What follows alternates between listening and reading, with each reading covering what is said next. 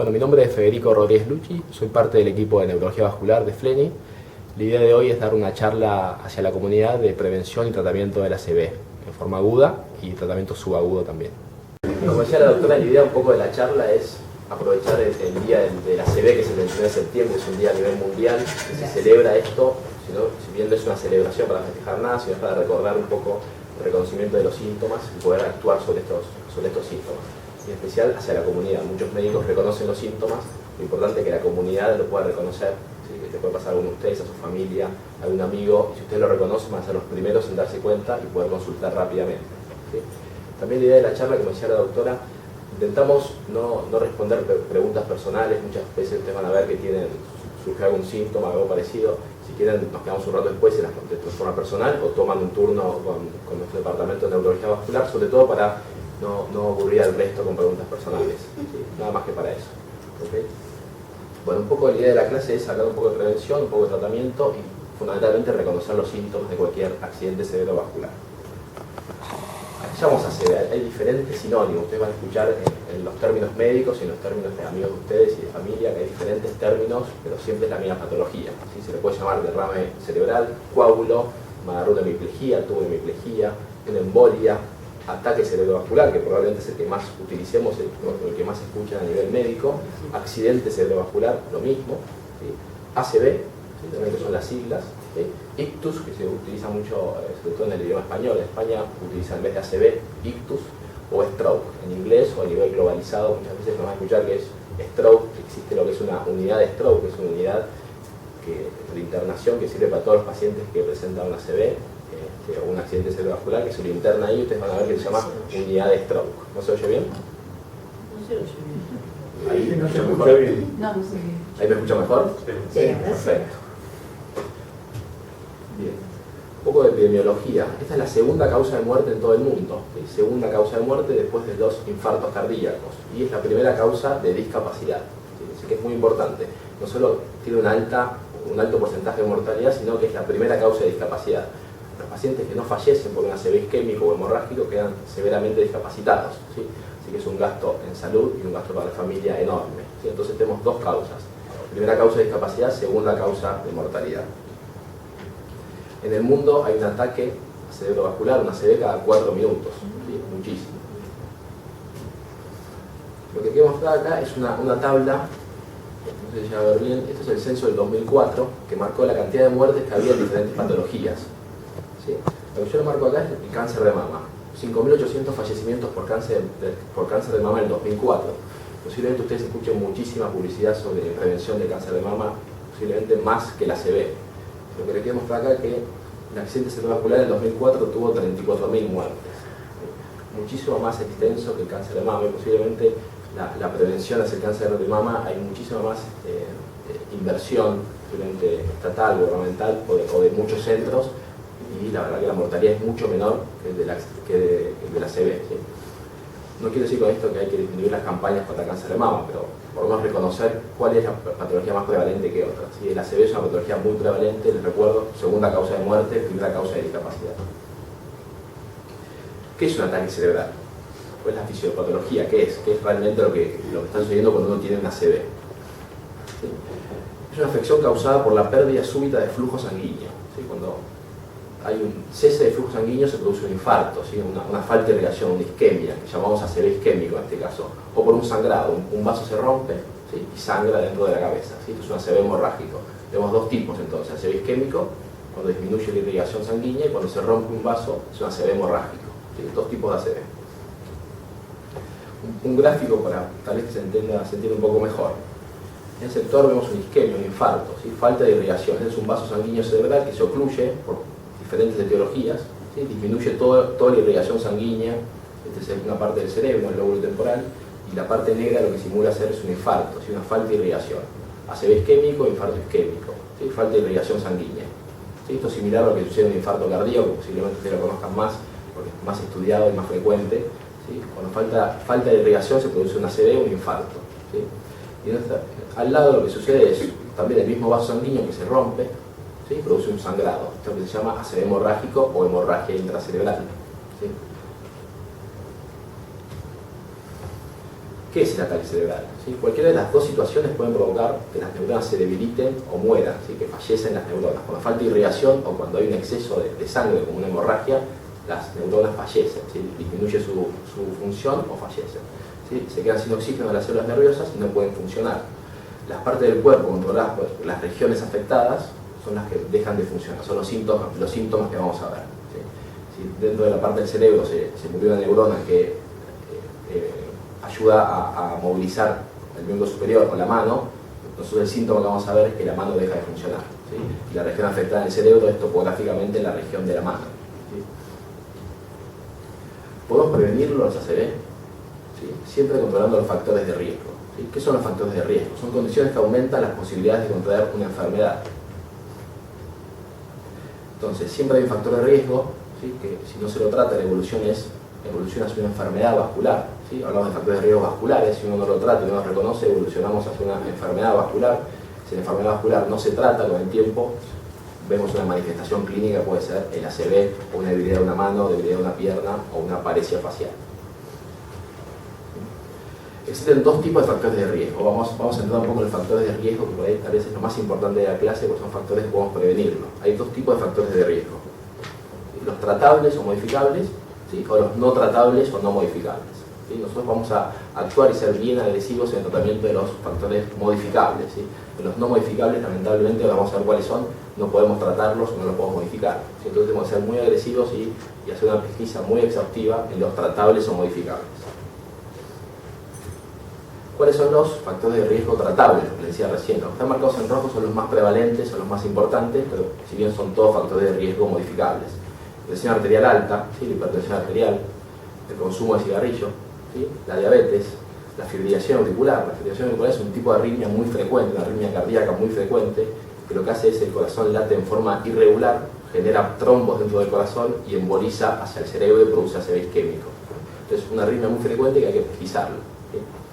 Problemas cardíacos, consumo de alcohol, colesterol alto, dislipemia, drogas, consumo de drogas, cocaína, marihuana, cualquier tipo de drogas, alteraciones de la sangre. Existen alteraciones que la sangre se pone más viscosa, con mayor viscosidad, y genera trombos, ¿sí? Dentro de los vasos y genera disminución de la perfusión. Migrañas, pacientes con migrañas, que es un tipo de cefalea, un tipo de dolor de cabeza, son más propensos a tener una ACV isquémica en el futuro. Los anticonceptivos orales, el sedentarismo, o sea, la falta de actividad física, la obesidad, la enfermedad carotidia, la dentadura en mal estado y cualquier tipo de proceso infeccioso, ¿sí? Todos estos son factores de riesgo modificables. Yo puedo actuar sobre todos estos, sobre todo los que están marcados en rojo, y tratar de cambiarlo, ¿sí? La presión arterial se puede tratar, el cigarrillo se puede dejar, la diabetes se puede controlar, la fibrilación auricular se trata, ¿sí? Es muy efectiva el tratamiento, existen nuevos tratamientos en el último año, son muy efectivos. Colesterol alto también se trata, el sedentarismo se trata haciendo ejercicio, la obesidad disminuyendo de peso y la enfermedad carotidia con medicamentos o con cirugía. Con respecto a la hipertensión arterial, un poco lo que decía recién, es el factor de riesgo más frecuente, más importante y que con mayores resultados, con el tratamiento obtenemos mayores resultados y mayores beneficios, ¿sí? Está presente en un 80% de los pacientes que sufren ACV, ¿sí? 80% de los pacientes que vemos nosotros con ACV tienen hipertensión arterial, ¿sí? Es algo de una enfermedad muy prevalente. Entonces los valores, para mantener los valores normales de presión arterial, reduce el riesgo de ataque cerebral en un 30-40%. Entonces yo si trato a un paciente con hipertensión arterial le disminuyo el riesgo entre un 30 y un 40%. Casi disminuyo la mitad de que el paciente sufre un ACV tratando de hipertensión arterial. ¿Cómo la trato? ¿Con medicación siempre? No, la verdad que la medicación es la última opción o la última instancia donde yo llego. Antes voy a recomendar actividad física regular, limitar el alcohol, consumo de verduras y lácteos, descenso de peso y por último si voy a llegar a la medicación antihipertensiva. Si todos los 4 puntos previos no están cumplidos y el paciente sigue hipertenso, yo lo voy a medicar, ¿sí? Pero antes tengo que, acuérdense, los factores modificables son los 4 que dije antes, ¿sí? Que los puedo recomendar y el paciente lo puede hacer, siempre y cuando haya constancia y compromiso de parte tanto del médico que lo recomiende y sea agresivo en la recomendación y del paciente que lo pueda cumplir. Con respecto a la diabetes, fíjense acá hay porcentaje, o sea, las columnas lo que marcan son porcentajes de pacientes. Los no diabéticos tienen un porcentaje o una columna muy baja de presentar una ACV. Los hombres diabéticos tienen una columna un poco superior de presentar una ACV, o sea, el riesgo está multiplicado por 6 en comparación con un paciente que no tiene diabetes Un hombre que tiene diabetes tiene 6 veces más riesgo y una mujer tiene 13 veces más riesgo, una mujer diabética, de presentar una ACV. O sea, las mujeres diabéticas tienen 13 veces más riesgo de presentar una ACV que un hombre no diabético. Es un factor de riesgo muy importante. Como ustedes saben, los valores normales de glucemia son debajo de 110. ¿Sí? La prediabetes, o lo que se llama resistencia a la insulina, está entre 110 y 125. Estos siempre son en glucemias, en medición de glucosa en azúcar en ayunas por la mañana. Y la diabetes en sí, cuando son valores mayores a 126, o dos valores mayores a 126, o un valor mayor a 200 miligramos por decilitro. ¿Sí? Siempre estas son valores en ayunas que hay que tomar. La idea de esta clase es que ustedes no conozcan, la verdad que no es una clase de valores, ¿sí? Esto es por ahí muy técnico. Lo que sí me interesa que ustedes se vayan de esta charla es sabiendo cuáles son los factores de riesgo. Hasta ahora vimos hipertensión, la segunda causa es la diabetes. Lo mismo, ¿qué voy a recomendar a un paciente que viene al consultorio o que se interna por una ACV? Lo mismo, actividad física, descenso de peso, medicación, existen antihipoglucemiantes por vía oral y existe la insulina que ustedes probablemente conocen, que es una inyección subcutánea, y el control de la presión arterial también va a ayudar a los pacientes diabéticos a disminuir el riesgo de ACV. ¿Qué pasa con el cigarrillo? También los factores de riesgo modificables. ¿Por qué modificables? Yo le puedo decir a un paciente que deje de fumar, entonces puedo modificar ese hábito y el paciente se reduce el riesgo de ACV. Fíjense, los pacientes que no fuman, la columna como es, y el paciente que fuma tiene 4 veces mayor riesgo de presentar una ACV. Acá lo que marca acá con 5 años, podemos considerar que un paciente que deja de fumar, que dejó de fumar hace 5 años, más o menos presenta el mismo riesgo de un paciente no fumador. ¿Sí? Entonces ustedes me dicen, yo fumé toda la vida, pero hace 5 años que no pruebo un cigarrillo, ustedes más o menos disminuyeron la chance de presentar una ACV 5 veces. Entonces puedo decir que después de los 5 años de dejar de fumar, el paciente puede ser que esté considerarse un no fumador. ¿Sí? ¿Qué pasa con el colesterol alto, la dislipemia, lo que se llama, lo que vulgarmente se dice, tengo mucha grasa en la sangre, me dio los valores de colesterol malo alto, colesterol bueno bajo? ¿Qué quiere decir esos valores? ¿Sí?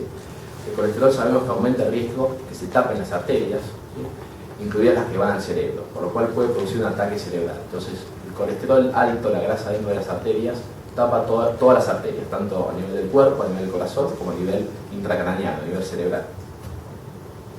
El objetivo, ¿cuáles son los valores? Les repito, no me interesa que ustedes se acuerden los valores, pero ya que damos la charla, es bueno que ustedes lo sepan. Sí, valor LDL, que es lo que se llama el colesterol malo, se puede decir, ¿sí? Debajo de 100, ¿sí? Los pacientes que son muy vulnerables a presentar una ACV isquémica, son hipertensos, diabéticos, obesos, la idea es mantenerlo debajo de 70. Son valores un poco más estrictos. El sedentarismo y la obesidad, ¿cómo la tratamos? ¿Sí? Tal vez esto puede ser fácil para algunos o muy difícil para otros pacientes. ¿Sí? La actividad aeróbica reduce el riesgo de un ataque cerebral entre un 20 y un 40%. Fíjense los valores. Yo soy hipertenso y soy sedentario, si bajo los niveles de presión arterial y hago deporte, hago 40% de reducción por el manejo de hipertensión y un 30% de reducción porque hago deporte. Prácticamente llevo un 80% de reducción de chances de tener ACV tratando la hipertensión y haciendo un poco de ejercicio. Lo que se recomienda es por lo menos 3 o más veces por semana. No hace falta salir a correr o hacer una maratón, con una caminata de 30 minutos o sea, 3 veces por semana, perdón, solo de 30 minutos, una caminata ligera puede disminuir el riesgo. Y obviamente la obesidad. La obesidad hay una forma de medirla, no solo por el peso, ¿sí? De cuánto pesa el paciente, sino por lo que se llama circunferencia abdominal. ¿Sí? Eso probablemente, si ustedes vienen a este consultorio de Flenny, muchas veces lo hacemos. Con una cinta métrica medimos el abdomen, los hombres deben estar debajo de los 90 centímetros y las mujeres bajo de 80. ¿Sí? Esto es lo que se llama grasa abdominal o circunferencia abdominal. Estos son los valores óptimos que podríamos llegar a tener. Bien, esta imagen lo que quiere mostrar, me imagino que muchos escucharon que se me está tapando una arteria, me encontraron placas en una arteria, me hizo un Doppler de vasos de cuello y me dio que tengo plaquitas en la arteria. Imagino que muchos de ustedes lo escucharon o tienen familiares o amigos que lo escucharon. ¿Qué es eso? ¿Qué es encontrar placas o grasita dentro de las arterias? Un poco es esto, ¿no? Acá vemos un vaso, está cortado en forma transversal, y vemos en diferentes tiempos evolutivos. Lo primero que estoy marcando acá es un vaso normal, ¿sí? Que va la sangre, las cosas blancas, las cosas amarillas son gránulos de colesterol, los rojos son glóbulos rojos, y a medida que vamos avanzando vemos una arteria más comprometida y más afectada. ¿Sí? Lo que marco acá, ¿sí? Acá dice placa, ¿sí? Es lo que se denomina vulgarmente una placa de colesterol dentro de la arteria. Es un depósito de colesterol, que es todo lo amarillo que se ve acá, que se mete dentro de la arteria y va obstruyendo el vaso. ¿Sí? Hay placas de menor significancia que son estas, ¿sí? Que es muy chiquita y no llega a comprometer la luz del vaso, ¿sí? Entonces la sangre puede circular perfectamente, y hay placas mucho más grandes, como la que muestra acá, ¿sí? Que obliteran, obstruyen la luz, ¿sí? La luz de la arteria, y la sangre va pasando en menor cantidad, ¿sí? Y esto, acuérdense como dijimos antes, cuando un vaso deja de irrigar sangre o pasa menos sangre por un vaso, produce una ACV. ¿Sí? Entonces un poco esto lo que demuestra es lo que se llama, tengo placas de colesterol en las arterias, o tengo una arteria carótida tapada. Es esto lo que pasa. ¿Sí? Lo que vemos acá son secuencias angiográficas, un poco de imágenes. Esto es un Doppler, me imagino que muchos de ustedes tienen Doppler de vasos de cuello. Esto es lo que se ve acá. Lo rojo o naranja es la arteria, y lo que se ve acá, esta bolita o esta montañita que tapa un poco la luz arterial, es la placa. ¿Sí? La placa de colesterol dentro de la arteria y disminuye un poco el calibre de la arteria. Y acá lo que vemos es una angiografía digital que también muestra los pasos del cuello. Esta es la arteria carótida. ¿Sí? Como pueden ver acá hay una disminución del calibre, hay un calibre un poquito más pequeño. ¿Sí? También hay una placa que está obstruyendo la luz de la carótida, posiblemente esté pasando algo similar a esto. Bien. ¿Qué es la fibrilación auricular? Un poco les comenté recién, es una arritmia muy frecuente que se da en un alto porcentaje en los pacientes de más de 70 años y en mujeres predominante. Es una arritmia, como les decía recién, que produce coágulos dentro del corazón. El corazón empieza a latir en forma irregular, ¿sí? En vez de latir en forma frecuente, regular, empieza a latir en forma irregular y genera trombos dentro de la aurícula izquierda. Estos trombos empiezan a embolizar, lo que se llama embolizar, se empiezan a disparar hacia arriba, hacia el cerebro, y lo que ocasiona es esto que muestro acá, es una ACV isquémico. ¿Sí? Cuando el paciente presenta una arritmia de este tipo, fibrilación auricular secundaria debido a un trombo que salió del corazón y se impactó en el cerebro, nosotros decimos que es cardioembólico. ¿Sí? Posiblemente lo haya escuchado o alguno de ustedes haya sufrido un evento así. El tipo de ACV que sale del corazón se llama cardioembólico, porque es una embolia que se dispara del corazón y va hacia el cerebro. Bien, con respecto a los factores de riesgo no tratables, ¿cuáles son los que no podemos modificar? Los que vimos hasta recién podemos modificar casi todos, ¿sí? Con ayuda del médico que los trata y del paciente, ¿sí? Si es responsable.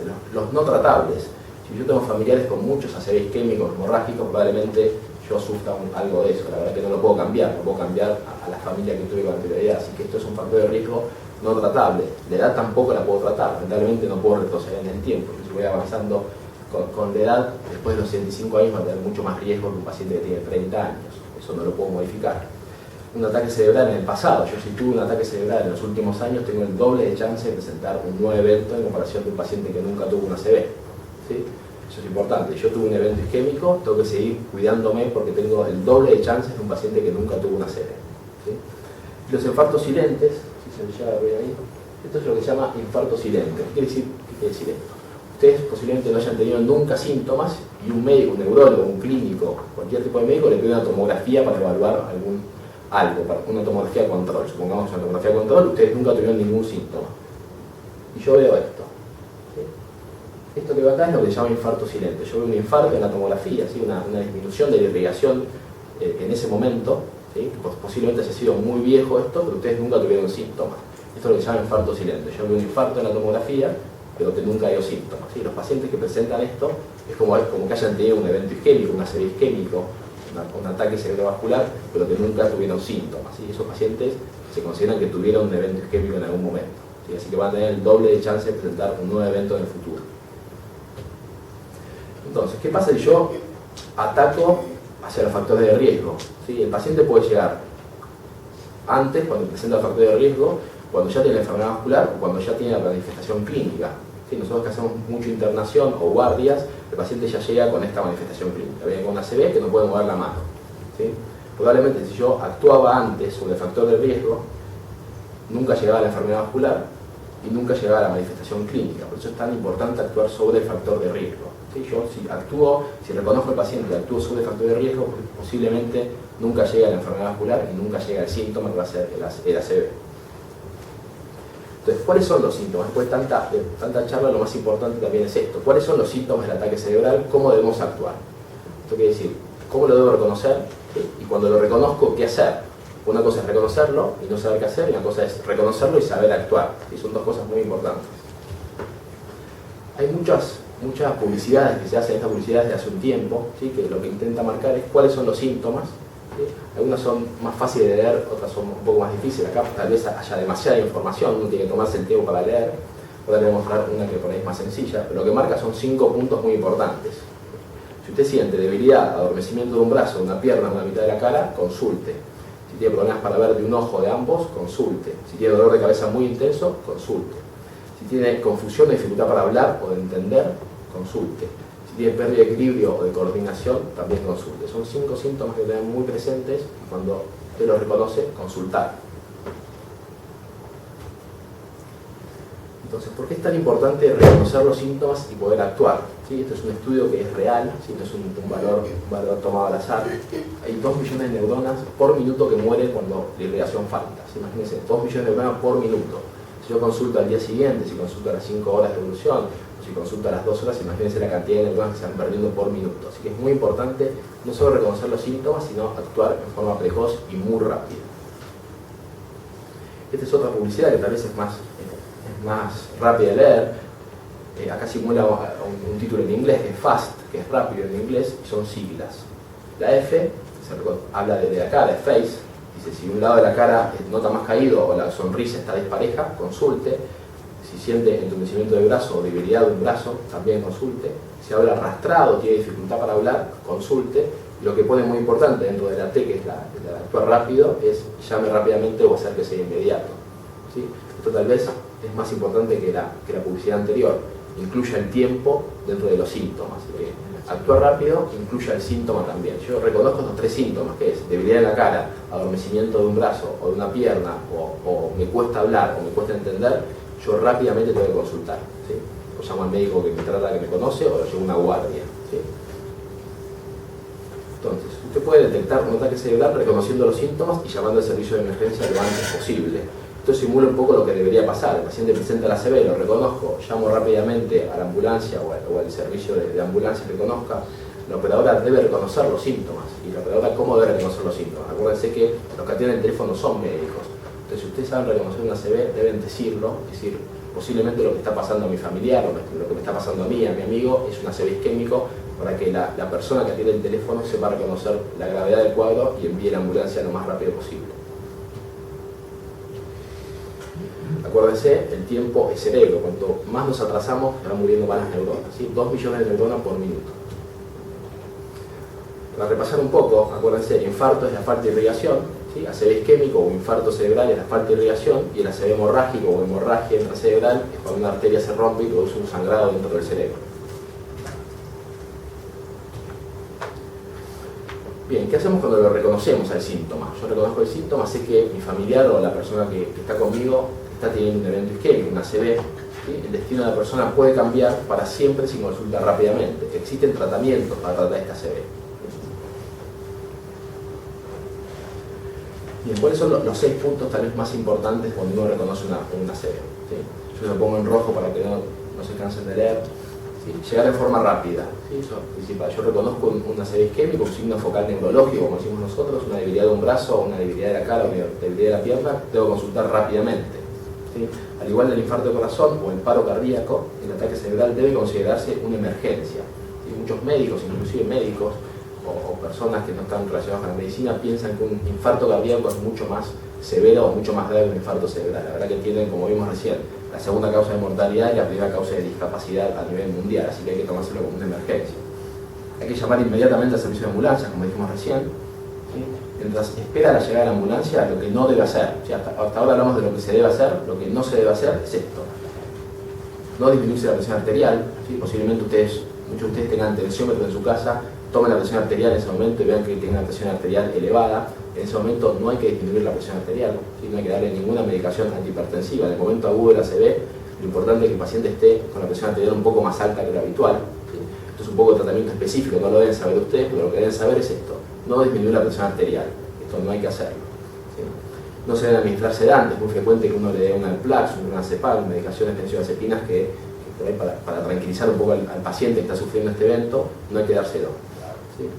Cualquier medicamento que modifique la coagulación, anticoagulantes, aspirina, clopidogrel, ciprostazol, son muchos medicamentos que me imagino que muchos de ustedes toman.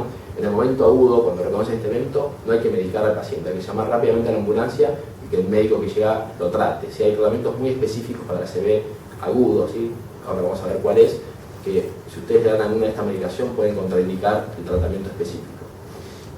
Una vez que llega el paciente al hospital, la guardia externa, Lo que vamos a hacer nosotros son exámenes clínicos, vamos a revisar al paciente, vamos a tomar una muestra de sangre, vamos a ver el hematocrito, vamos a ver la coagulación, vamos a hacer una imagen de cerebro, ¿sí? Generalmente una tomografía de cerebro. El tratamiento puede ser variable. Hay muchos pacientes que entran dentro de un protocolo de tratamiento que es con una medicación específica, hay muchos pacientes que no llegan a recibir esta medicación. Ahora vamos a ver a qué medicación me refiero. Sí, esta medicación es lo que se llama RTPA, actilice, fibrinolítico, son varios sinónimos de lo mismo, ¿sí? Es la trombolisis, es una medicación que se da que cuando uno se la pone por vena, ¿sí? En vía endovenosa, rompe el coágulo que está tapando la arteria y disminuye la irrigación del cerebro, lo que está ocasionando la ACV. ¿Sí? La trombolisis endovenosa o el RTPA, ¿sí? Se trata de una droga que permite destapar la arteria ocluida cuando se produce un infarto de cerebro. Se debe aplicar dentro de las 4 horas y media de comenzar los síntomas.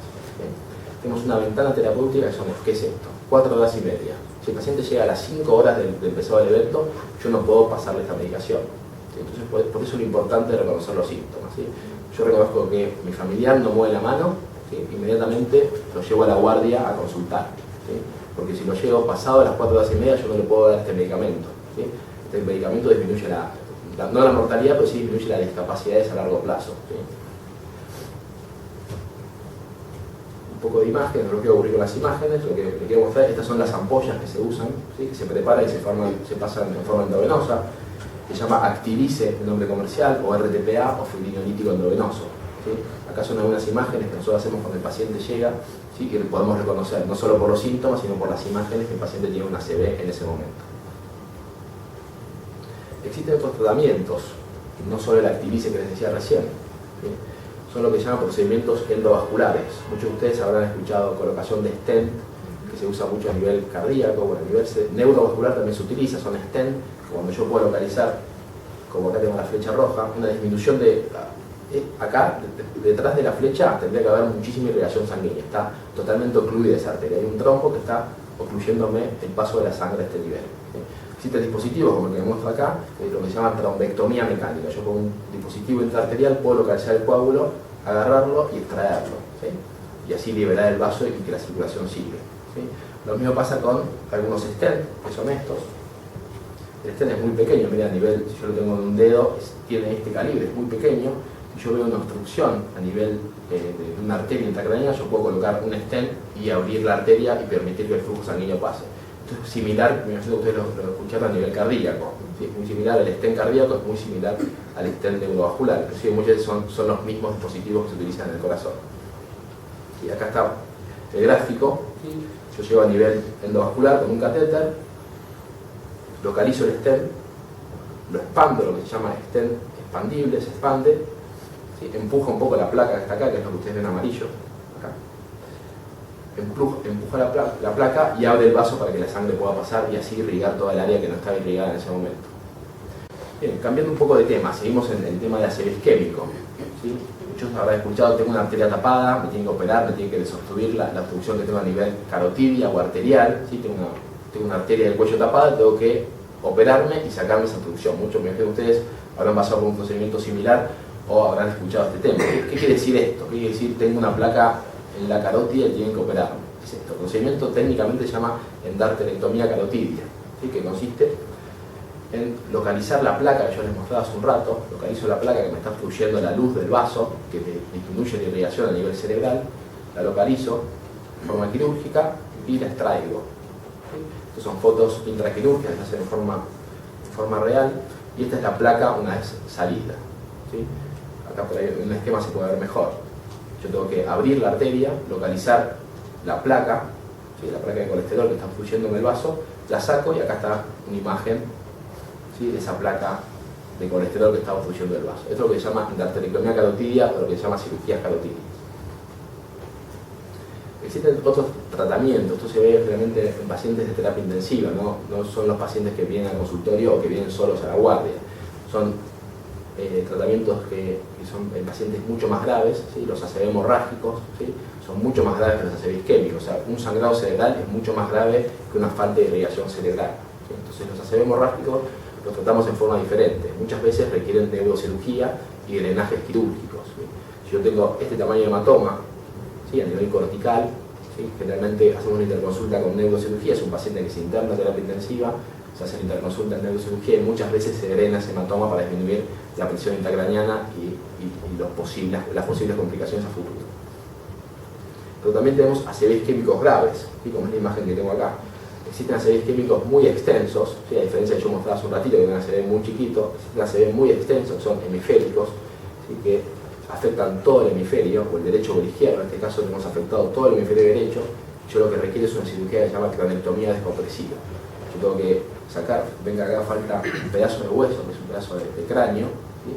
Que en forma quirúrgica se saca y permite que el cerebro se expanda hacia ese lado y no hacia el otro lado, afectando el otro hemisferio. Entonces es una medida terapéutica para los ACV isquémicos graves. ¿Sí? Tal vez esto es muy técnico, pero sepa que existen tratamientos para los ACV tanto hemorrágicos o isquémicos muy graves, ¿sí? Mucho más severos de los que posiblemente están acostumbrados a ver.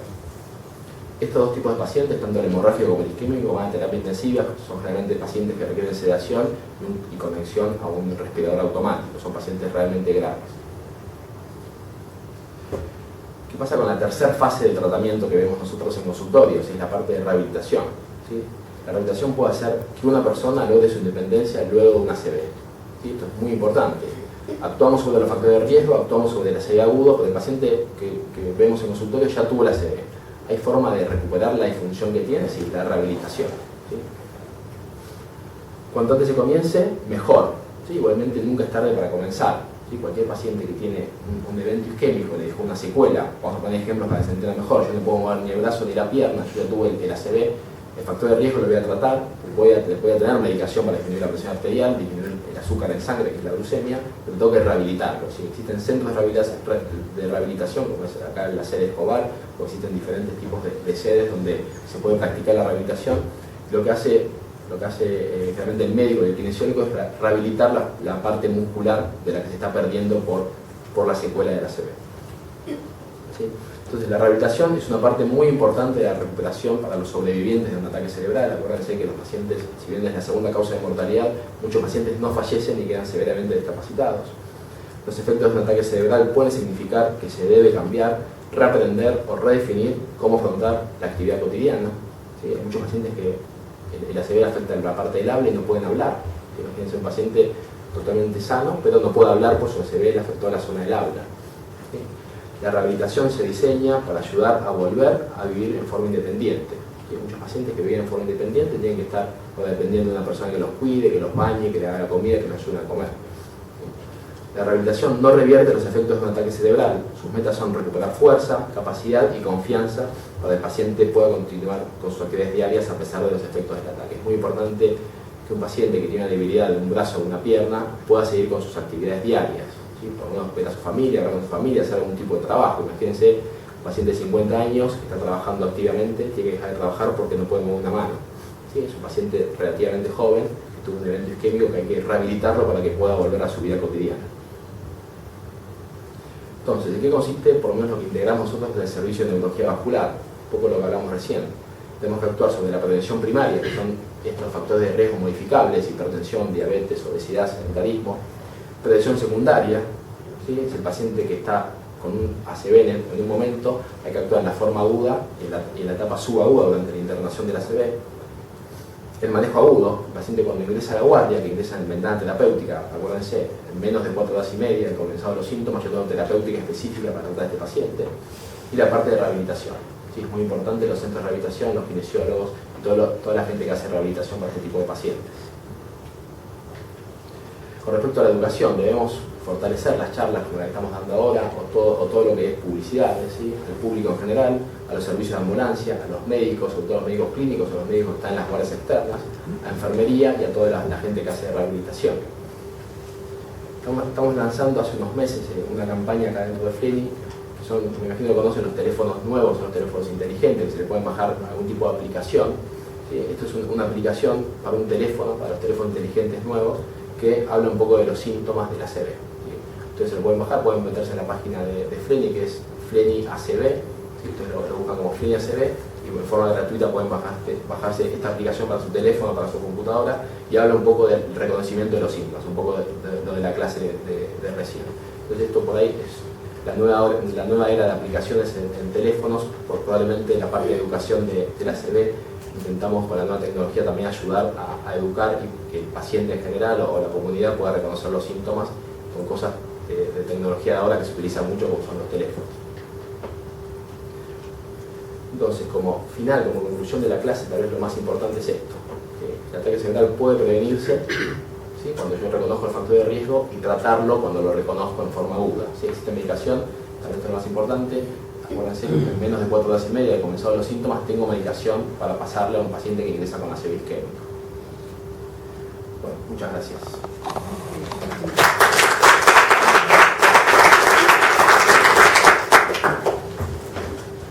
Sí. Yo quería preguntar qué cantidad, qué parte o qué cantidad de arteria tiene que estar tapada, porque a veces no se tapará toda, ¿no? Sí.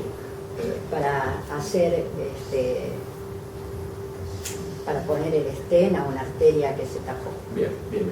Es muy buena pregunta. Inclusive hay charlas en congresos que se habla de esto, ¿sí? ¿Qué grado de obstrucción tiene que tener una arteria para yo tratarla?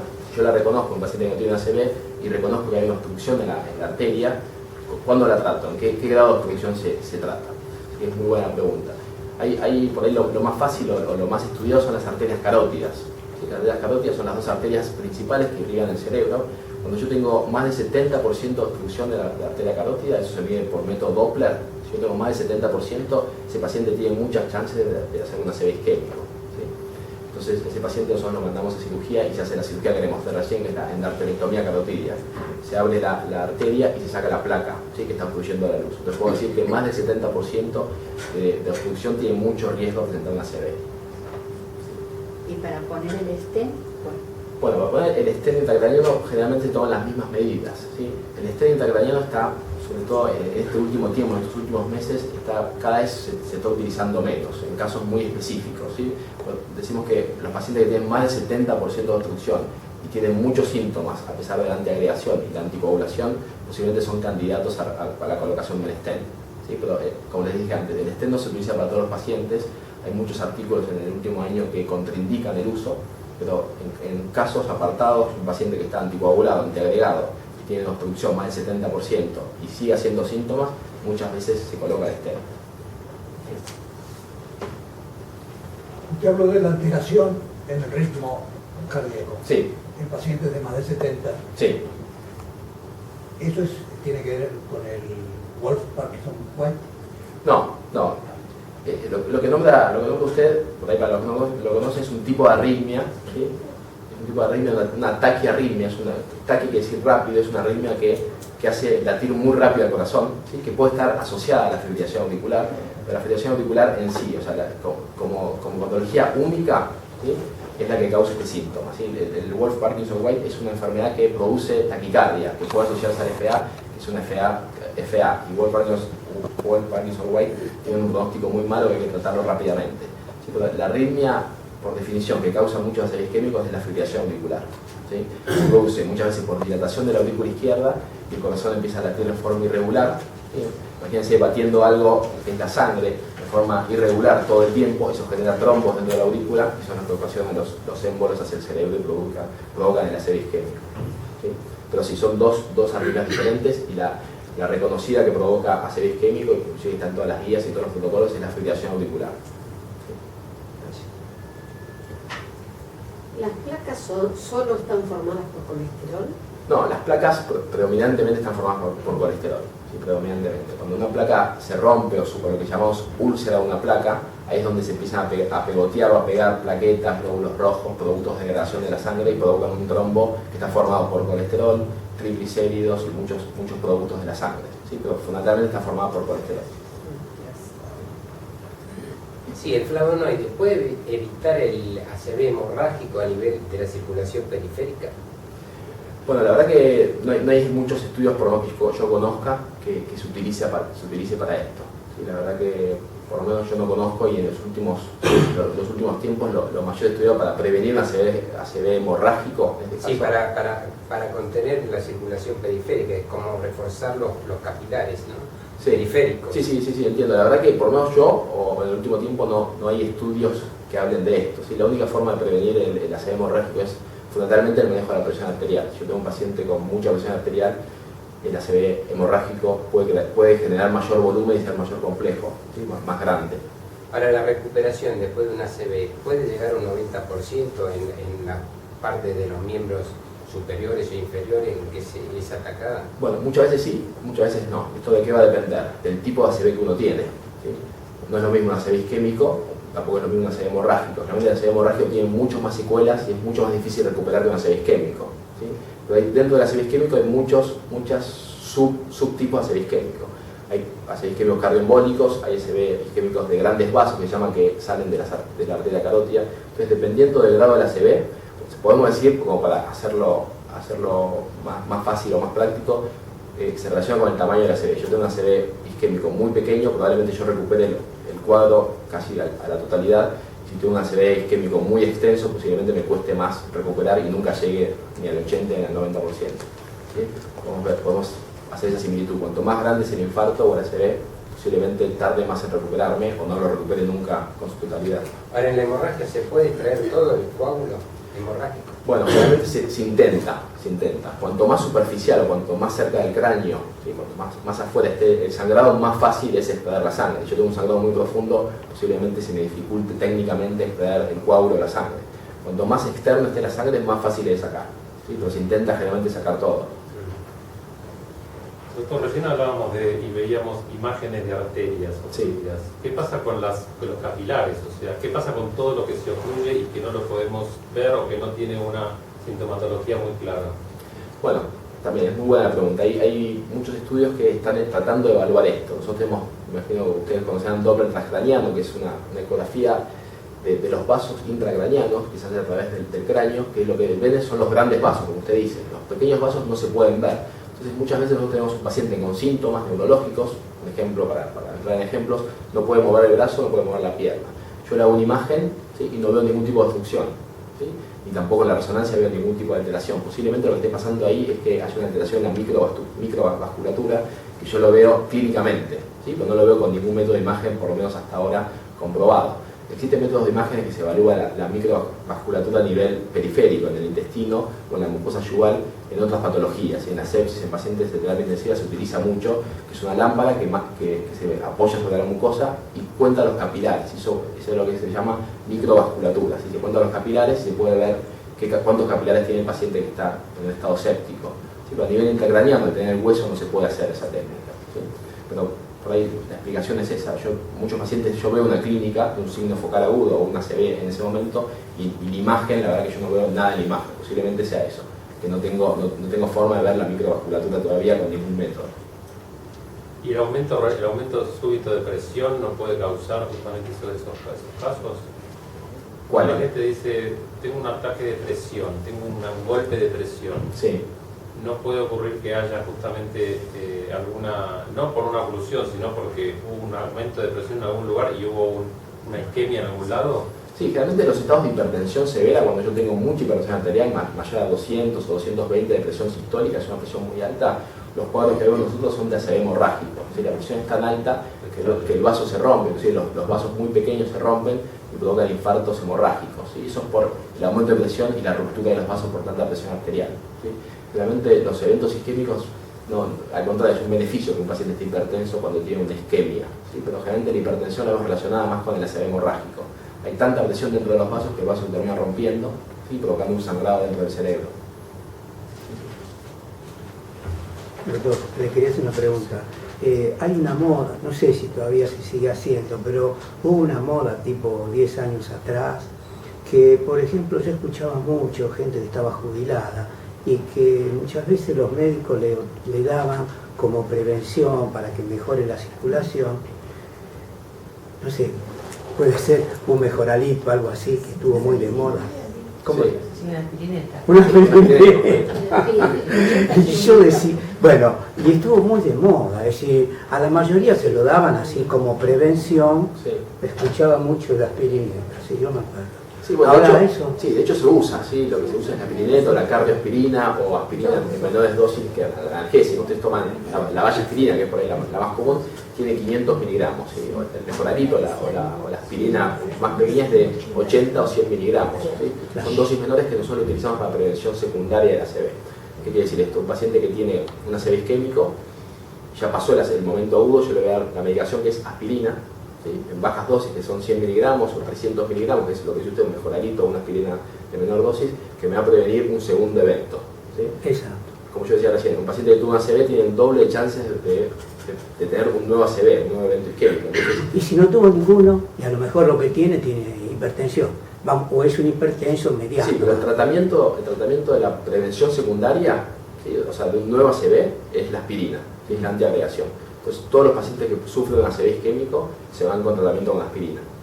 Ahora, si no tuvo nada, vamos a suponer, el paciente lo único que tiene a lo mejor un poco elevada la presión, tiene 14, 15, vamos a suponer, ¿no? Sí. Como prevención, ¿se puede dar a una persona que no toma presión? Eso se llama prevención primaria. El paciente nunca tuvo ningún síntoma, Exacto. tiene factores de riesgo, pero nunca tuvo ni una ACV ni infarto cardíaco. ¿Sí? La verdad que para la prevención primaria, el infarto cerebral de ACV isquémico no está indicada la aspirina. No está. ¿Sí? No tiene una clara indicación, salvo que tenga algún factor de riesgo asociado, una enfermedad de la sangre, una sangre un poco más viscosa. ¿Sí? Pero si usted tiene solo hipertensión y nunca tuvo ni infarto cardíaco o infarto cerebral, la indicación no es la aspirina. ¿Sí? Correcto. Siempre para prevención secundaria sí, prevención primaria no. Muy bien, gracias. Yo lo interpreté bien, pero las 4 horas y media tienen relación con el ACV isquémico, el RTPA, Sí, solo el isquémico. solo el isquémico. Solo el isquémico, sí. El hemorrágico está contraindicado. El fibrinolítico lo que hace es disuelve el coágulo, ¿sí? Que está tapando la arteria. Entonces yo, si se lo doy a un paciente que tiene una hemorragia, posiblemente empeore el cuadro y lo va a sangrar un poco más. O sea que eso lo van a hacer después de hacer una tomografía o una Siempre, resonancia. siempre. Sí, el protocolo de tratamiento es: el paciente llega, se reconoce, se hace una tomografía y ahí se abren las aguas. Si el paciente tiene un sangrado, queda contraindicado. Si el paciente tiene la tomografía normal o tiene un ACV isquémico, se le trata con esta medicación si está dentro de la ventana terapéutica. Pero sí, es buena pregunta, son siempre para los ACV isquémicos. Nunca, Sí, las 4 los horas y hemorrágicos. media son porque ahí está donde el beneficio de llegar a tiempo. Exactamente, se estudió a las 3 horas, se estudió a las 4 horas y media, se estudió a las 6 horas, se estudió a las 8 horas. ¿Sí? El único beneficio se dio antes de las 4 horas y media. Bueno, queda una preguntita. Uno de los casos no tratables más complejos que nombró es la herencia. ¿Qué podemos hablar de eso? En casos, por ejemplo, donde ha habido varios en la familia, en parientes directos. Bueno, yo si sé que mis padres y mis abuelos fallecieron de ACV isquémico o de infarto cardíaco, que es una similitud dentro de las patologías cardiovasculares, yo lo que voy a hacer es consultar rápidamente, por más que no tengan ningún síntoma. Yo posiblemente, si mis padres o mis abuelos fallecieron de un evento neurovascular, yo tengo mucha chance de presentar lo mismo. ¿Sí? Pueden haber fallecido, pero haber sobrevivido. Totalmente, o haber tenido un evento. Digo fallecido porque es un valor muy importante para nosotros si el paciente falleció de un evento isquémico o hemorrágico. ¿Sí? Probablemente, o sea, ¿qué quiere decir eso? Que presentó un evento muy grave. Entonces lo que hay que hacer es prevenirlo para que la descendencia no lo tenga. ¿Sí? Existen ACV hereditarios, hay una patología que se llama CADASIL, ¿sí? Que es una CADASIL con D, CADASIL. Eso es una patología que es por ese paciente en forma de herencia. Todos los padres que lo tuvieron, los hijos lo van a tener. Sí, tiene una alta chance de prevenirlo. No hay tratamiento, ¿sí? Lo único es reconocerlo precozmente. Entonces, si yo tengo padres o abuelos que tuvieron ACV isquémicos, ¿sí? Lo mejor que puedo hacer yo es consultar rápidamente para tratar por lo menos los factores modificables. ¿Sí? Entonces es muy importante poder reconocerlo, que algún familiar haya tenido para poder consultar y tratar los factores de riesgo. ¿Sí? Bueno, lo importante, o sea, para responder un poco a la pregunta de forma práctica, es si yo noto que tengo un familiar con un evento isquémico, tanto cardíaco como cerebral, por más que yo no tenga síntomas, consultar rápidamente. ¿Sí? Pero ¿por qué eso no figura en ninguna de las campañas? Por ejemplo, hay tanta gente que puede prevenirse de ese modo. Bueno, la primera respuesta es porque no hay muchas campañas. ¿Sí? Esa es la primera respuesta. ¿Sí? No hay muchas campañas. La verdad que yo inclusive estando dentro de esta institución, yo no voy por la calle, veo muchas campañas, ni anuncios, ni propaganda publicitaria, la verdad que no veo muchas campañas. Mirá, por lo menos las campañas que conozco, que son las que mostré recién, lo más importante es reconocer los síntomas. ¿Sí? Entonces yo si empiezo a nombrar todas las causas probables de ACV, posiblemente usted pase y ni lo lea porque vea muchas cosas. Entonces lo más importante es que marque 4 o 5 puntos, son los síntomas, ¿sí? Consultar, y usted ahí consulta con su médico después cuando saca el turno. Yo pongo todas las causas de ACV, posiblemente la gente ni lo lea por la cantidad de información que haya. Está bien. Bueno. ¿Está bien? Muchas gracias.